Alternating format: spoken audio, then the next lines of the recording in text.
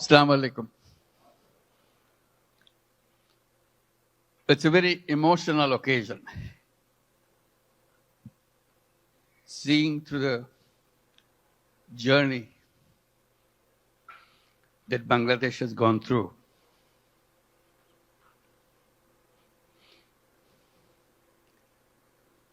The people who are just presented,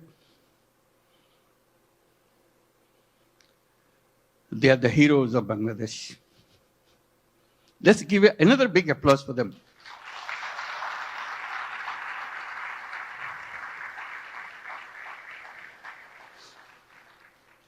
Another standing ovation for our new citizen, Kyu Hak Sang. Wonderful.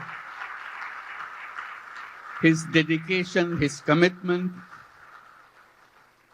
Thank you. Please have your seat. Just doesn't have any boundary. He loves Bangladesh. He worked for Bangladesh. He loves the nature of Bangladesh. I wish you could visit his factory. And he brought so many delegations this time to come to show his new land of citizenship. Can the members of the Korean delegation please stand up so that we can give you applause? Yes, indeed. Thank you. Thank you so much. Wonderful. Yeah. Fantastic. This is your home too. We'll make this home beautiful home. For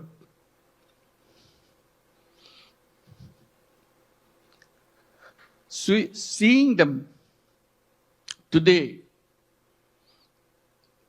it's a journey that we have made the last 50 plus years. I was just remembering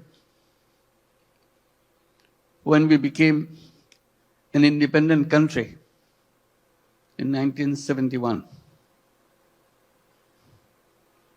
The celebration that we went through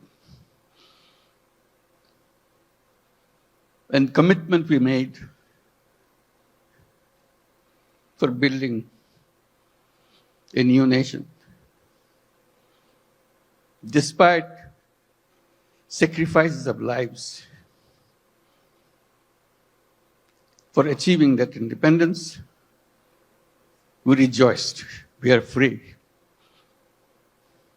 That was 1971. Then came 1974.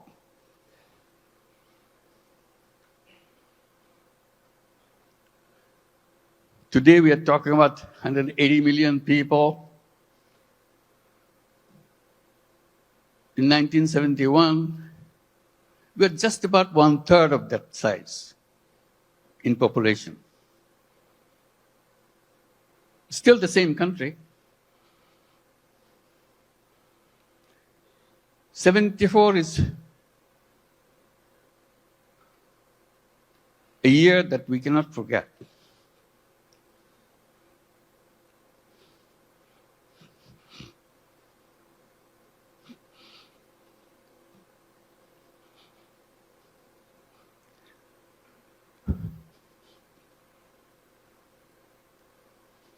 Sorry.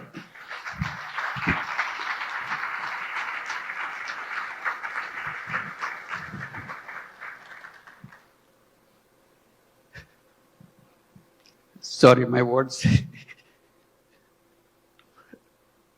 I cannot bring my word. People died of hunger.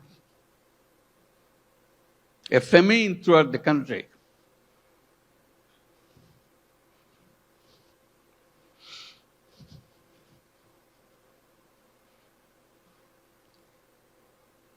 One and a half million people died.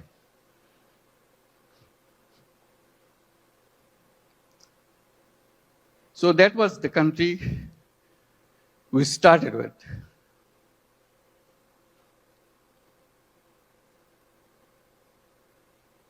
We used to grow one crop. We didn't know any other way. Our population was known as farmers because they have no other profession.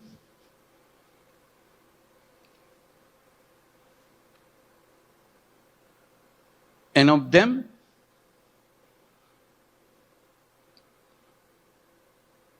three-fourths of the population were landless farmers. They had no land.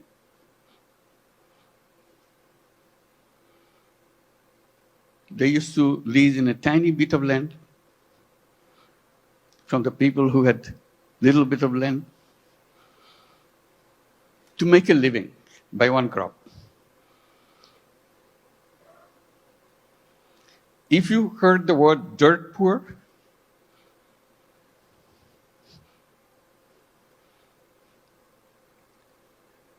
that was Bangladesh. Very difficult life.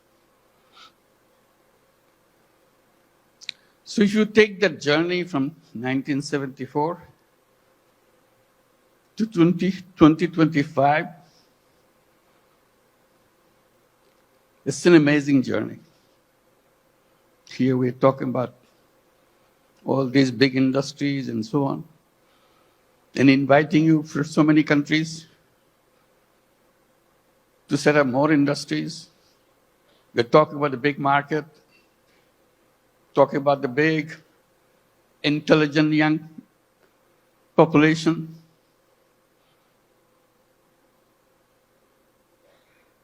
That's Bangladesh. Came a long way in a very short time.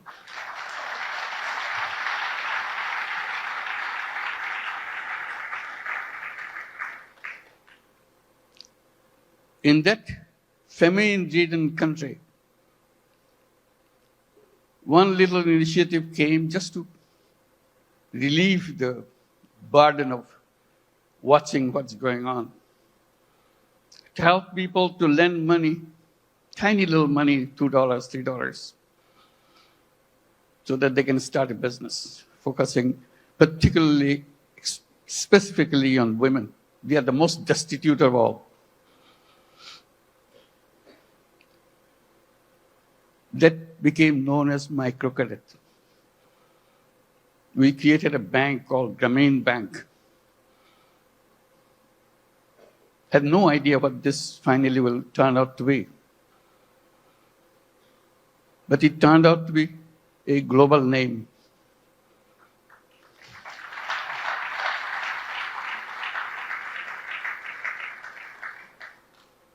Because no matter which country you are, you have little Bangladesh of 1974 inside of you. You don't recognize it. You hide it by giving public money to them.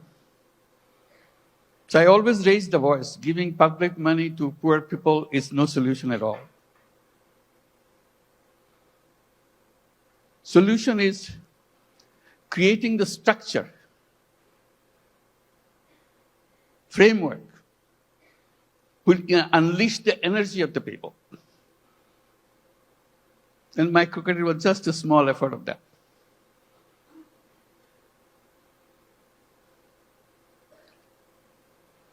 Then a crazy idea came over. When government wanted to issue license for telephone, we had nothing to do with telephone. We didn't have any telephone in the country. Few telephone in the cities, most of them don't work. So we talked, why don't we apply for a license for telephone company? A crazy idea. Government asked, what do you do with the telephone company? What business you got to do? I said, we'll give it to poor women. They laughed at us. To make a long story short, we got the license, called it Grameen Phone, because we had the Grameen Bank, Grameen Phone.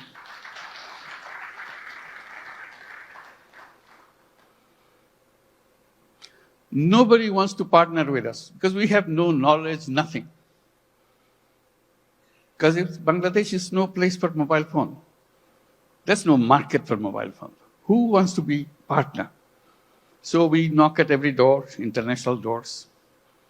Nobody wants to partner. Finally, someone I personally knew in Norway, who happens to be chairman of Telenor. I explained to him, can you help me? I explained why we want to do this and why we want to bring the phone to the women. He took it seriously. But the company board doesn't agree with him. They said, what, Bangladesh? We never heard a name called Bangladesh. So it's a big effort for him. The more board rejects, he comes back again, explain again. Finally, he got it through. The company assessment was, at the peak of this company, you will have 200,000 users of the mobile phone in the whole country, 200,000. And you cannot make a living on this with this kind of clientele. He told me, I said, are you crazy? It will be at least 10 times more than that. That's the way I could figure. It became the largest telephone company in the country.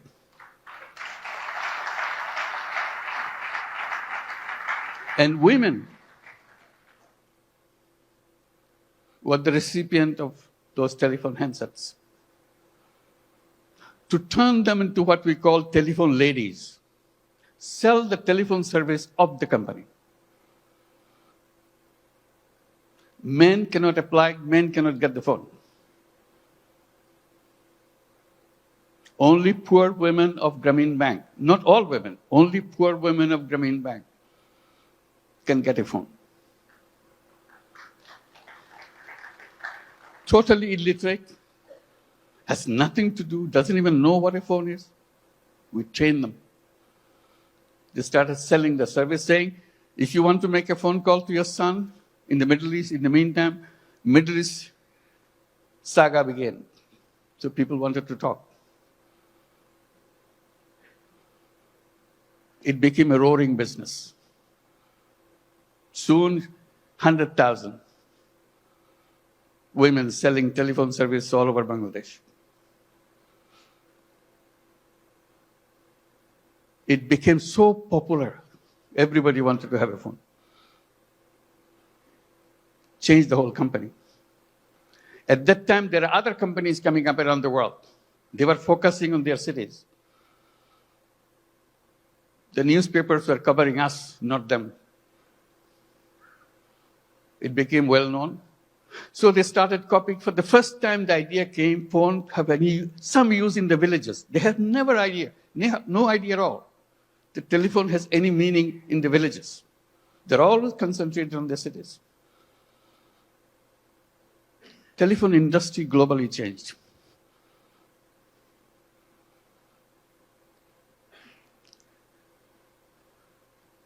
I'm narrating this story a little bit because Bangladesh is a country with crazy ideas to change the world, make things happen.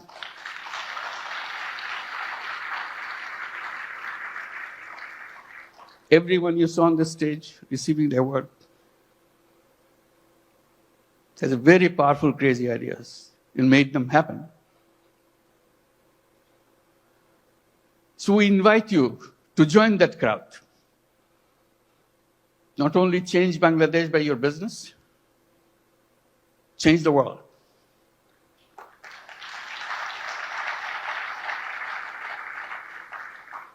I keep reminding people, Yes, you want to make profit, go ahead, make profit.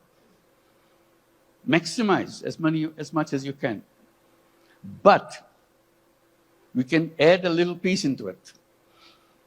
Social purpose. You don't have to get disrupted by that. It's something that you can do, you have fun. Like many of you do already. So if you want to make a business with a purpose, along with the business that we do, Bangladesh is the place.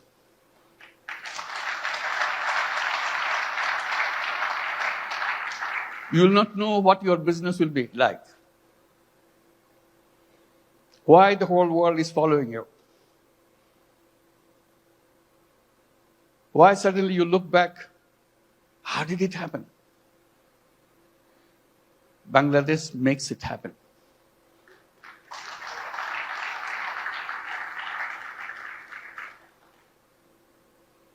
Always people explain how happy you got, you make money, we show the bottom line, fantastic thing. I try to add a little bit to that by saying making money is happiness, definitely, of course. But making other people happy is a super happiness.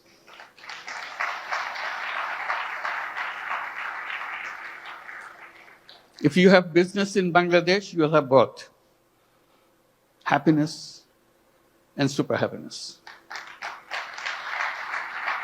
That you get extra with no cost. You'll be proud of what you have done. Like the people who stood here felt that. Super happy. Did something which impacted in people's lives massively. With a country of famine, we're now talking about global entry to the businesses and everything. And at the same time, I'm just pointing out, which has been pointed out already, we don't look at Bangladesh alone. It is only one piece of the economy. We see the whole region, very powerful region, lots of resources. We work together, facilitate each other. It's not the business to grab everything out of you, it's a competition, you grab things. We twist a little bit. You earn money, but earning money together, changing the life of the people together, is a fun, is something that immeasurable. And each of your company can enjoy that super happiness by expanding and reaching out. Reaching out, the impact that you make, you never explored. Just a little opening does the magic. Changes the world. We said business is the most powerful mechanism by which you can change the world. But we are trained to focus on some so narrow thing, we miss out the world. We can try opening a little bit. And I emphasize by saying, let's create a new civilization where you're wide, we're open, we embrace the world. I underscore by saying we can create a world of 3 zeros. It can be done with the businesses, not by the government. Government cannot achieve that. That's not the function of the government. It's the function of individuals, human beings. We are human beings. We can change the world. And business gives us a big, powerful tool in our hand. And the new civilization, I say, should be a civilization where there'll be no carbon emission. We can do that. That's where the business innovation comes. All we have to do is just pay attention to that side. No carbon emission. It's a self-destructive system if you allow carbon emission to continue. No wealth concentration. It's fun to make money, but wealth concentration is the most dangerous thing to a human being. It will destroy the whole world. And zero unemployment. The young people get excited about it. Because all of you are entrepreneurs, not job seekers. Think like an entrepreneur. Make things happen. And Bangladesh is a place to see that. How suddenly we are known as farmers. We're a country of farmers, landless farmers. We didn't have any land, much land, little. Only in the 70s, early 60s maybe, 60s, some crazy young guys from the universities dared to enter into something which is happening in the country because of business interest of other countries, garment industry. They said, why not us? That was the beginning of the garment industry in Bangladesh, those crazy young guys.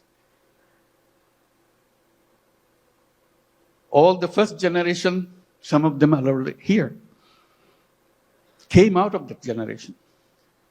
And now moving into the second generation, you heard Naseem, the second generation entrepreneur. That's our history.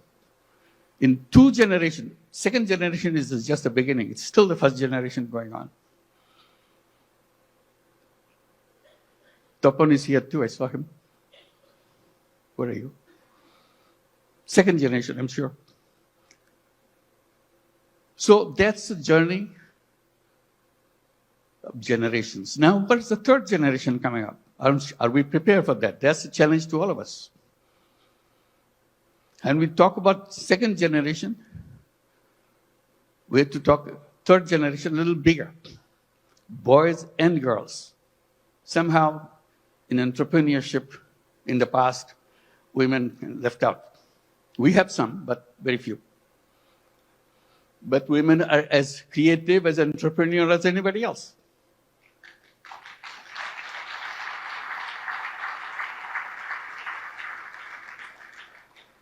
Together, those young generation will change the world. They have the technology, they have the creativity, innovativeness, and problem-solving ideas. We don't have to look at the problem the same old way that we did it 50 years back, waiting for the government to do something. We people can do that. That's a chance. So today it makes me very happy that we can gather together, and talk about creating that world. It's not just business in a limited idea, which is good, but you can have another space remains unutilized. Let's use this too. And Bangladesh, the business in Bangladesh is not only for Bangladesh, that's the point. It could be for the whole world. Who ever thought that Microcredit, which started in a tiny little village, now would be a prime business in the United States, Grameen America?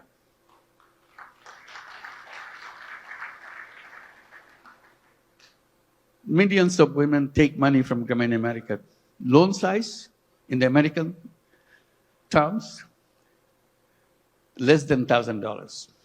Imagine needing less than $1,000 in the United States. Such a hassle, such an impossible thing. They get so grateful that somebody gives them. Usually $500, $600. Now the whole Grameen America became annually about $2 billion a year. In the next 4 years, it will be $5 billion a year. It's growing very fast. So little things. In that sense, Bangladesh ground is very fertile. You put a little bit of seed, it becomes global.